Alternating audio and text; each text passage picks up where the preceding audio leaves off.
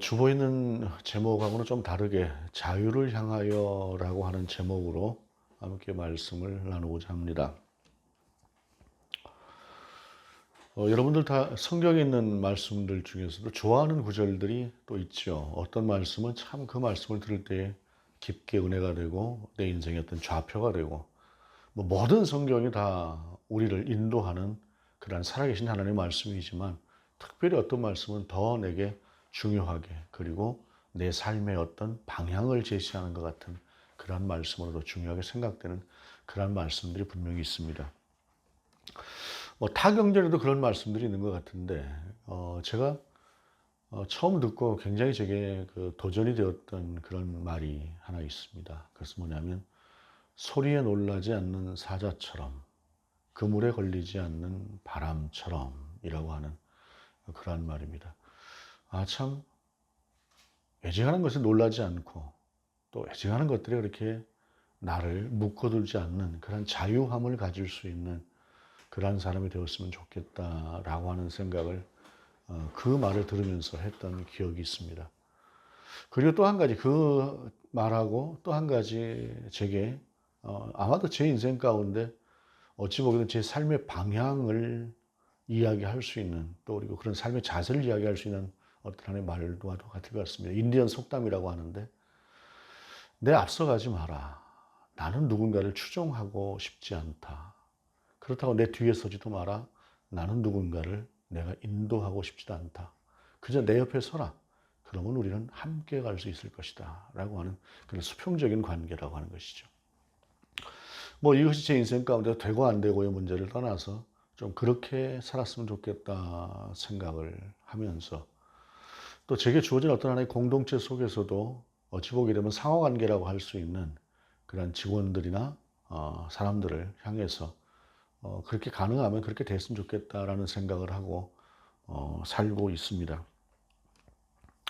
언젠가 제 어머니께서 하셨던 말씀 중에 지금도 기억에 남는 그리고 또 제게는 좀 마음이 아픈 그런 말씀이 하나 있는데 그것은 뭐냐면 내가 좀 더 젊었으면은 운전면허를 큰 트럭을 몰 수 있는 운전면허를 따고 싶다. 그래서 그 운전면허를 따서 뭐 하시게요? 그랬더니 큰 트럭을 하나 사서 그 트럭을 가지고 그냥 운전을 좀 해보고 싶다라는 거예요. 그래서 왜 그러실까 하고 이렇게 이 얘기를 들어봤더니 큰 트럭을 몰고 정말 큰 그 덤프 트럭을 몰고 고속도로 같은 데를 달려가면 누가 당신 앞길을 이렇게 막지 않고 방해를 하지 않을 것 같다는 거예요. 당신 달리고 싶은 대로 달릴 수 있을 것 같다라는 이제 그러한 것이죠. 그러한 마음들을 표현하는 그러한 이야기들을 하셨던 기억이 납니다. 같은 교회 내에서 굉장히 어진 분으로 소문이 나 있었고, 또 기도하는 분으로 소문이 나 있었고, 누군가의 비밀스러운 이야기를 들어도 절대로 그것을 발설하지 않는 믿을 만한 분으로 주변에서 그렇게 칭송을 받던 어머니였는데, 그런 삶 뒤에는 또 그와 같은 그 스트레스라고 하겠죠. 그런 것들이 마음들이 있었구나라고 하는 것들을 그때 깨닫게 되면서 사람이 갖는 한계라고 하는 것, 그리고 사람은 누구나가도 좀 자유로웠으면 좋겠다라고 하는 그런 생각을 하고 산다 하는 생각을 해봤습니다. 그런데 세상은 자기 마음대로 살 수 있는 사람은 단 한 사람도 존재하지 않습니다. 우리가 볼 때 절대 권력을 가진 것 같은 그러한 사람일지라도 자기 마음대로 살 수가 없어요. 지금 세상을 어지럽게 하는 그 미국의 한 사람 있지 않습니까? 자기 마음대로 하는 것 같지만 그 사람들도 자기 마음대로는 결국 못합니다. 자기가 하고 싶은 방향이 있다고 할지라도 남들보다 조금 더 큰 힘을 가지고 이야기를 할 뿐이지 그 사람도 자기 마음대로 할 수 있는 세상은 아닌 것이죠. 그렇게 할 수 있는 것도 아니고 또한 그렇게 그나마라도 그 힘을 가지고 쓸 수 있는 시간도 제한되어 있는 것이 인생입니다. 그럼에도 불구하고 사람은 자유롭고 싶고 좀 내 마음대로 해보고 싶고 하는 그런 생각을 가지고 다 살아가는 사람들입니다. 오늘 그 빌레몬서라고 하는 것도 그와 같은 자유를 향하여 나아가고자 했던 한 사람에 대한 이야기를 전제로 하고 있는 이야기입니다. 오늘 말씀은 신약 성경 중에서 가장 짧은 성경 중에 하나라고 할 수가 있습니다. 유다서가 짧고 더 짧은 거는 요한 2서 3서가 짧은데 아마 요한 2서 3서 다음에 빌레몬서 그 다음에 유다서가 아닐까 생각을 합니다. 가장 짧은 성경 중에 한 구절인데 빌레몬서라고 하는 것은 빌레몬이라고 하는 사람을 향해서 쓴 글입니다. 그 1절 말씀, 2절 말씀을 보게 되면 그리스도 예수를 위하여 갇힌 자 된 바울과 및 형제 디모데는 우리의 사랑을 받는 자여 동역자인 빌레몬과 자매 아비아와 우리와 함께 병사된 아키뽀와 내 집에 있는 교회에 편지하노니라고 말씀을 하고 있습니다.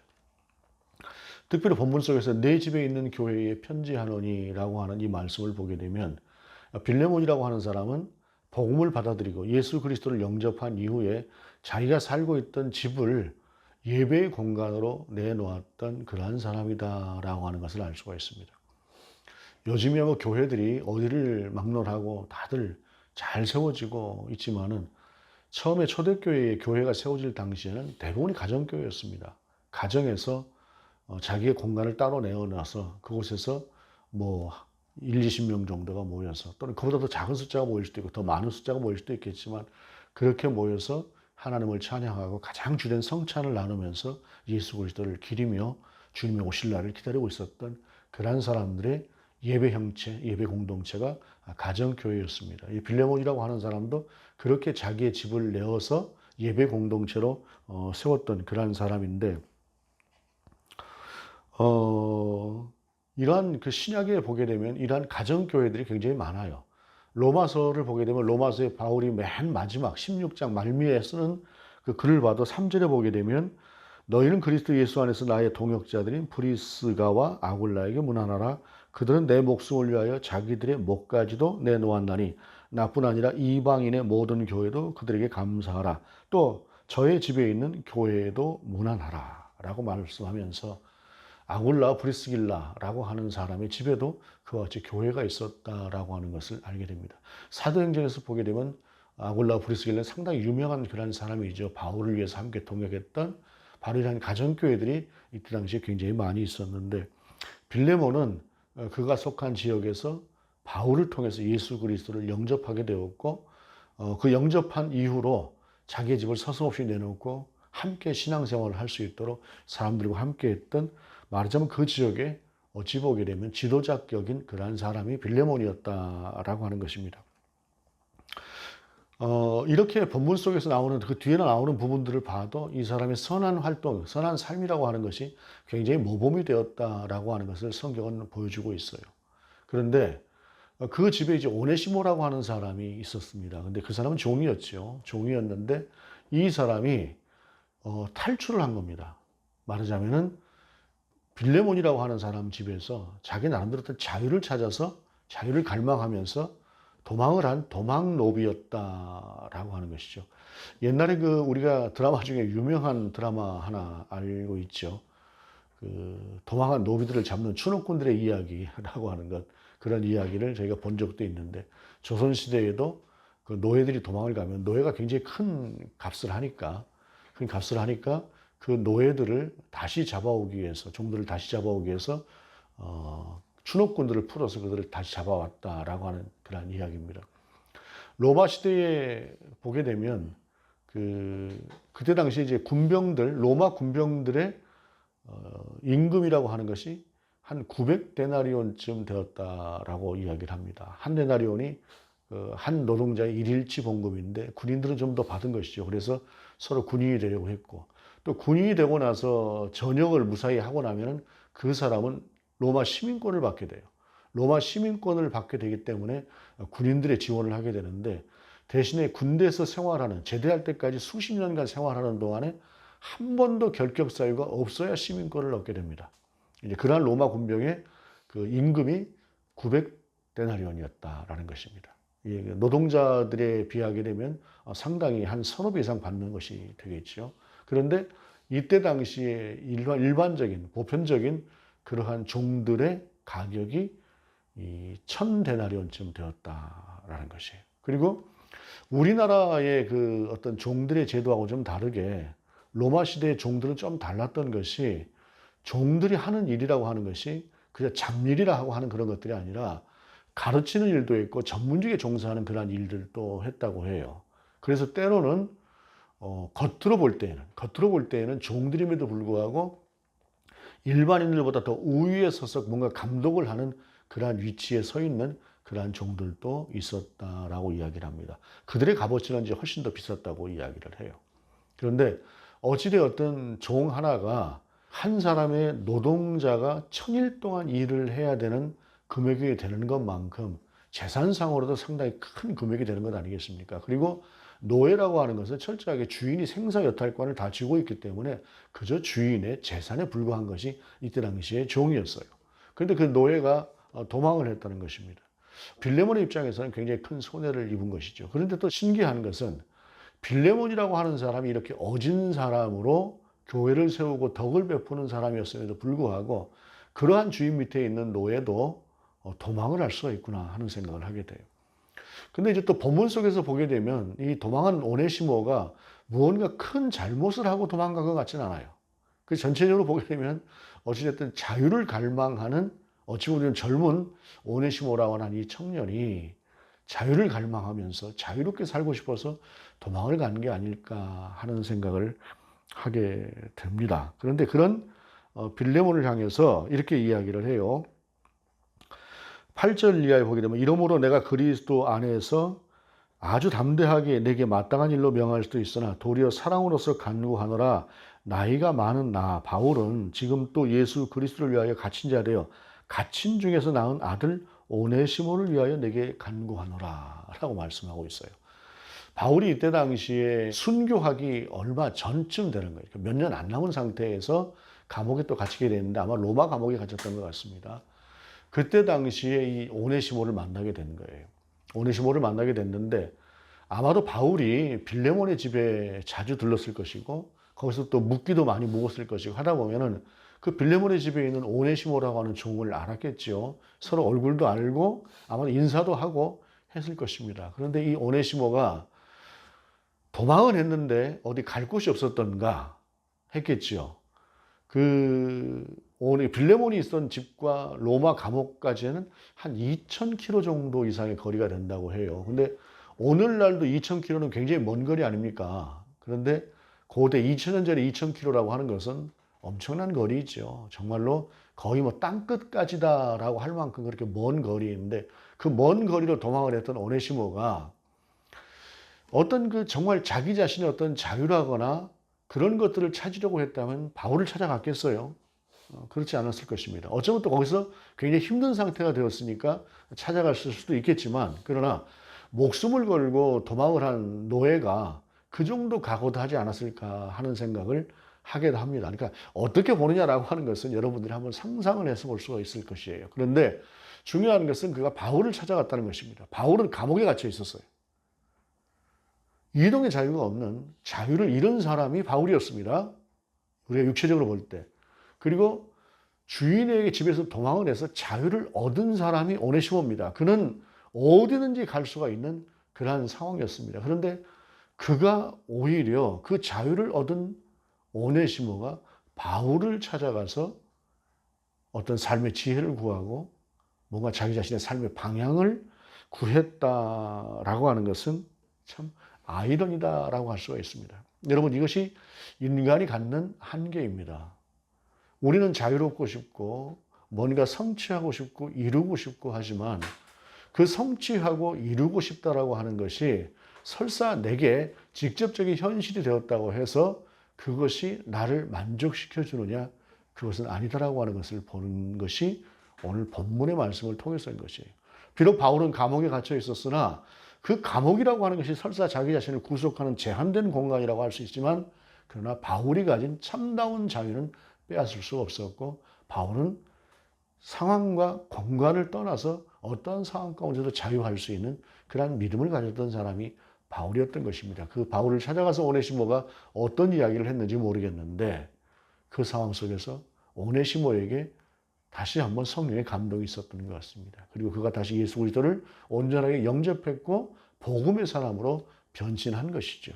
바울을 통해서. 그렇게 해서 그는 바울이 이야기하는 그러한 사람이 되었다라고 하는 것입니다. 이 빌레몬이라고 하는 사람에 대해서 다시 한번 생각해 볼 때 보통 사람들 같으면 빌레몬과 같은 그런 좋은 주인을 만나서 그곳에서 그렇게 특별하게 힘들지 않게 살 수 있는 여건이라고 한다면 주변에 있는 아마 노예들은 부러워했을 것 같아요. 어쩌다 너는 복이 있어서 저런 좋은 주인을 만났냐라고 하는데 사람이라고 하는 것은 아무리 좋은 상황이라고 할지라도 그리고 종의 경우는, 노예의 경우는 아무리 좋은 상황이 된다고 할지라도, 좋은 여건이 된다고 할지라도 노예는 노예에 불과한 것이. 그러니까 아까도 말씀드린 것처럼 로마 시대의 노예 중에서는 가르치는 선생직에 있는 사람들도 있었고, 의사도 있었고, 어떤 특별한 전문직에 있는 그러한 종들도 있었으나, 그것을 통해서 아무리 자기 자신이 어떤 것들을 드러낸다고 할지라도, 대접을 받는다고 할지라도 노예는 노예에 불과했기 때문에 그랬을 것이다 라는 것입니다. 그런 오네시모가 바울을 만나게 되었고, 그 바울을 통해서 예수 그리스도를 영접하게 되면서 그의 인생이라고 하는 것이 참다운 자유를 얻게 되었다는 것입니다. 여러분, 우리가 많은 것들을 생각하고 많은 것들을 원하는 것, 그런 것들이 우리들 속에 참 많이 있습니다. 그것들이 좀 이루어졌으면, 무엇인가를 좀 이루었으면, 그것이 좀 현실이 되었으면 할 때에 그것이 내게 참다운 기쁨과 보람과 어떤 하나의 자유를 줄 수 있을 것 같다라고 하는 생각을 하지만, 그것은 결국 부수적인 것에 불과하다라고 하는 것을 어찌 보게 되면 우리가 나이를 먹어가면서 하나씩 하나씩 깨닫는 것, 그것이 나이가 아니고 세월이 아닌가 하는 생각을 합니다. 그렇게 해서 오네시모는 도망을 간 노비로서 결국 바울을 찾아가게 되고, 바울을 통해서 참다운 영적인 안식과 자유라고 하는 것을 느끼게 되었다라는 것입니다. 그러면서 바울이 그는 내 신복이다라고 하면서 빌레몬에게 편지를 써서, 이제 오네시모는 과거에는 너에게 종이었지만 이제는 형제로 그를 받아라. 그는 내 신복이다라고 이야기를 하는데, 이 신복이다라고 하는 그 헬라어 스프랑크나라고 하는 단어는 심장이다라고 하는 말이에요. 내장이다 라고 하는 그런 말이에요. 그러니까 우리가 이제 이런 표현들을 쓰지 않습니까? 내 심장으로 내가 너에게 말한다. 그러니까 내 진심을 통해서 다해서 너에게 말한다 라고 할 때 그런 심장이라고 하는 표현을 쓰기도 하는데, 오네시모라고 하는 이 종이 비록 종이었으나 얼마나 이 사람의 변화라고 하는 것이 강하고, 또 그 사람이 변화된 뒤에 할 수 있는 일들이 그 역량이 있었으면 바울이 오네시모를 내 심장이다, 내 신복이다 라고 하면서 빌레몬에게 보냈을까요? 어찌 보면 이 오네시모라고 하는 이 종은 그만큼 뛰어난 역량과 그만큼 뛰어난 어떤 하나의 수준과 실력을 갖추고 있었기 때문에, 내적인 에너지를 갖추고 있었기 때문에 그것들이 제한받고 있는 자기의 공간과 상황이라고 하는 것을 뛰어넘고자 도망을 했던 것이다 라고 할 수도 있을 것입니다. 그러면서 16절에 보게 되면, 이후로는 종과 같이 대하지 아니하고 종 이상으로 곧 사랑받는 형제로 둘 자라. 내가 특별히 그러하거든 하물며 육신과 주 안에서 상관된 내게랴. 그러므로 내가 나를 동역자로 알진대 그를 영접하기를 내게 하듯 하고 라고 하면서 오네시모를 보내는 것입니다. 자, 오네시모가 바울을 만나서 참 복음을 경험하게 됐습니다. 그리고 그 참 복음을 통해서 우리가 진정한 자유를 누릴 수 있는 것은 예수 그리스도 안에서다라고 하는 것을 그가 분명히 알게 되었겠죠. 그러나 우리가 살고 있는 세상에서 오네시모가 지금 도망한 노예라고 하는 신분으로 갖는 그 자유라고 하는 것은 결국엔 제한적일 수밖에 없는 것이었을 것입니다. 그래서 바울은 이제 빌레몬에게 편지를 써서 보내면서 오네시모에게 육신적인 참다운 자유도 얻게 하려고 그를 보내고 있는 것이다라는 것입니다. 빌레몬서를 통해서 이런 이야기들을 하기도 합니다. 사람이 어떻게 노예를 부릴 수가 있는가? 특별히 그리스도인이라고 할 때에 그리스도인이 예수 그리스도를 영접하고 그리스도인이 되었으면은 어떻게 그 상태에서도 여전히 종으로 부릴 수가 있는가라고 하는 그러한 생각들하고 그러한 의문들을 제기하기도 합니다. 그런데 문화라고 하는 것은 받아들일 수 있는 어떤 하나의 한계라고 하는 것이 있습니다. 한 시대라고 하는 것이 지금 굉장히 급박하게 돌아가기는 합니다만, 급박하게 돌아가는 것만큼 어떤 면에서 보게 되면 젊은 세대와 나이가 든 장년 세대와 노년 세대가 또 필연적으로 거기에 대한 어떤 갈등을 겪게 되는 것도, 그 문화가 그렇게 쉽게 바뀌어지는 것이 아니고 생각이라고 하는 것이 쉽게 바뀌어지는 것이 아니기 때문에 그렇습니다.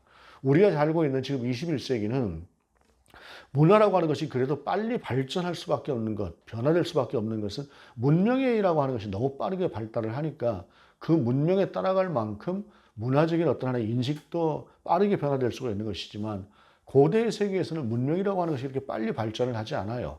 그러니까 인식이라고 하는 것도 그렇게 쉽게 변하는 것이 아니었던 것입니다. 아마도 빌레몬이라고 하는 사람은 노예는 노예대로 두되 그 노예들에게 최대한 그리스도인답게 대하는 것, 그 정도면 충분했을 것입니다.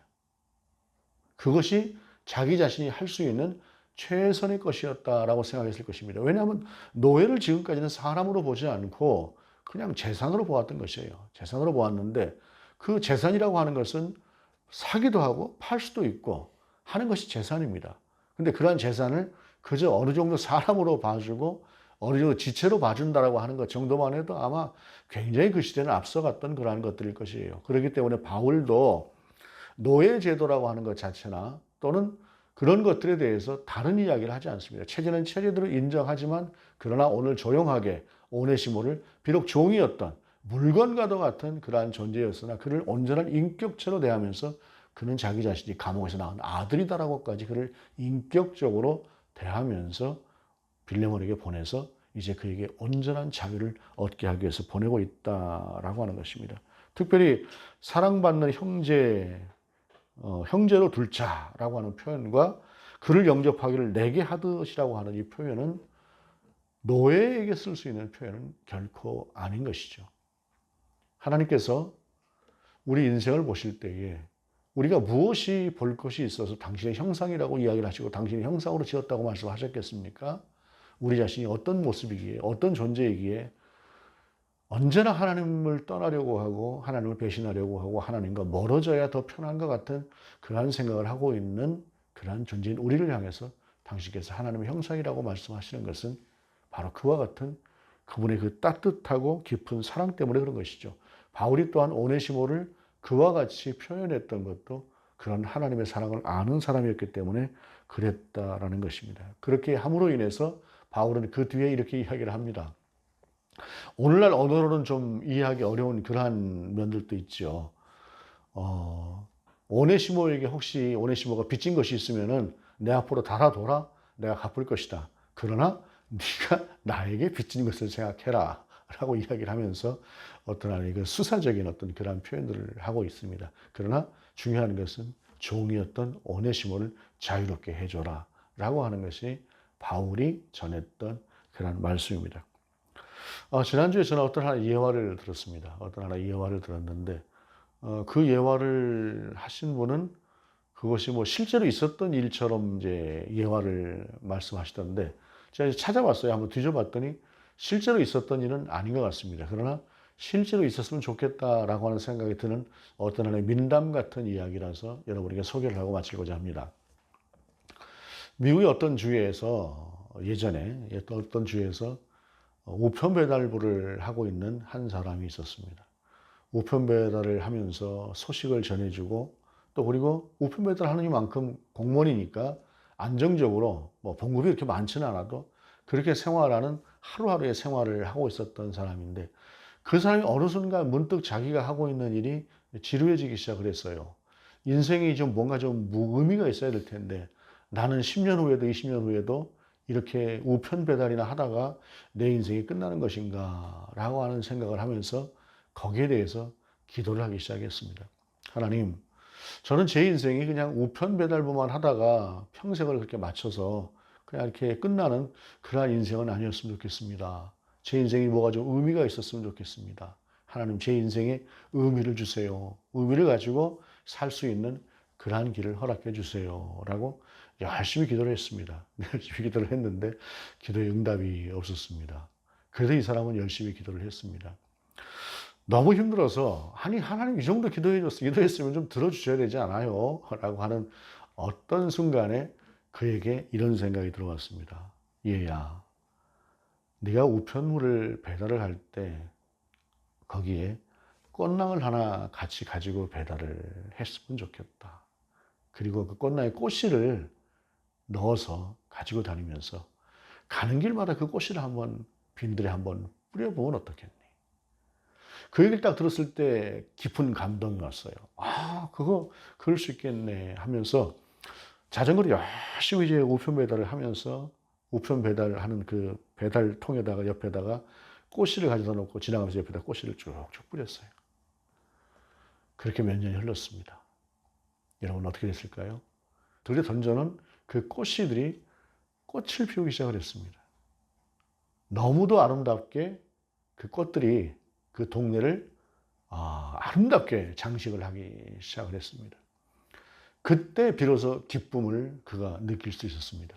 내가 비록 우편 배달을 하는 사람이지만 이대로 10년, 20년 가다가 내 인생이 끝난다고 할지라도 거기에 내가 한 가지를 더하니까, 한 가지 의미 있는 일을 더하니까, 아무도 하지 않는 그 일을 더하고 나니까 세상이 이렇게 아름답게 변하는구나 라고 하는 것을 그가 알게 되었다는 것이에요. 그리고 그 지역으로 사람들이 그 꽃을 보러 몰려들기 시작을 했다고 하는 그러한 이야기입니다. 지어낸 이야기인지 아니면 뭐 만들어진 어떤 전해오는 그러한 이야기인지는 모르겠습니다만 우리의 인생이라고 하는 것이 그 우편 배달부하고 크게 다르지 않을 것 같습니다. 우리 인생이라고 하는 것이 10년쯤, 20년쯤 지나서 얼마나 드라마틱하게 변하겠습니까? 다들 이제 뭐 한 60 넘고 60 다 돼가고 한 우리의 인생이 뭐 10년쯤 후에는 더 늘지, 그때 우리가 뭐 장관을 하겠습니까? 대통령을 하겠습니까? 큰 대기업 사장을 하겠습니까? 그렇게 변하지는 않을 것입니다. 크게 달라지지 않을 것입니다. 그러나 하나님께서 우리 가운데 인생 의미를 주신다고 할 때에 우리의 인생은 하나님께서 주시는 그 응답을 따라갈 때에 그 마치 우편 배달부가 똑같은 일들을 함에도 불구하고 전혀 다른 세상을 경험했던 것 같은 그런 경험을 할 수 있는 것이 우리의 인생이다라는 것입니다. 물론 20대, 30대 젊은이들의 경우에는 다른 이야기입니다. 정말 좀 더 진취적이어야 하고 어찌 보게 되면 이 오네시모도 같은 그런 꿈꾸는 것들이 있어야 됩니다. 그리고 그 꿈꾸는 것들 가운데 하나님께서 요셉을 사용하셨던 것처럼 그렇게 또 다른 사람들을 사용하셨던 것처럼 하나님께서 여러분들 인생 가운데 역사를 하실 것입니다. 그러나 대부분의 보통 사람들 같은 경우에 이 우편배달의 삶과 별로 다르지 않을 것이라는 것입니다. 저의 삶도 마찬가지일 것입니다. 비록 민담 수준의 이야기이긴 합니다만은 우리의 인생에도 적용해 볼 수가 있을 만한 그런 말씀들이라고 생각을 합니다. 여러분, 우리는 분명히 자유를 꿈꾸고 그 자유라고 하는 것들 속에는 무엇인가 누군가에 의해 좀 군림해 봤으면 하는 그런 생각도 가지고 있을 수 있을 것입니다. 그런데 진정한 자유라고 하는 것은 그런 것들을 넘어서는 예수 그리스도를 만났을 때 그리고 그 주님과 함께 할 때에 누려지는 참다운 평화를 통해서 우리 가운데 오기 시작을 한다고 하는 사실을 다시 한번 확인했으면 좋겠습니다. 어찌 보면 자기 존재의 의미, 그리고 그 존재의 의미를 찾아서 목숨을 걸고 도망을 했던 노예 오네시모가 정작 그가 그 안에서 진정한 자유를 배우게 되는 것은 감옥에 갇혀있던 바울을 통해서였다라고 하는 이 역설의 진리, 이 역설의 진리를 성령을 통해서 여러분들이 경험할 수 있었으면 좋겠습니다. 그리고 그 경험들을 통해서 좀 더 하나님께로 나아가는 그러한 우리의 삶이 될 수 있기를 바랍니다. 또한 그 꽃이라고 하는 것 작은 것 하나를 뿌렸던 것들이 1년이 지나고 2년이 지나고 3년이 지났을 때 세상을 아름답게 만들었던 그런 우편배달부의 삶과도 같은 그런 삶의 여정이 저와 여러분들 가운데 함께하기를 원합니다. 진정한 자유를 향해서 나갈 수 있는, 그리고 그 자유를 누릴 수 있는, 그리고 그 자유를 통해서 하나님을 찬양할 수 있는 저와 여러분 될 수 있기를 원합니다. 기도하겠습니다. 주님, 오직 예수 그리스도만이 우리 가운데 진정한 자유를 주실 수 있음을 다시 한번 확인합니다. 그 주님으로 말미암는 자유를 우리 가운데 주시옵소서. 그리고 그 자유가 우리의 삶 가운데 지혜롭게 적용됨으로 더 큰 기쁨으로 세워지는 우리가 되게 하시옵소서. 주 예수 그리스도 이름으로 기도드립니다. 아멘.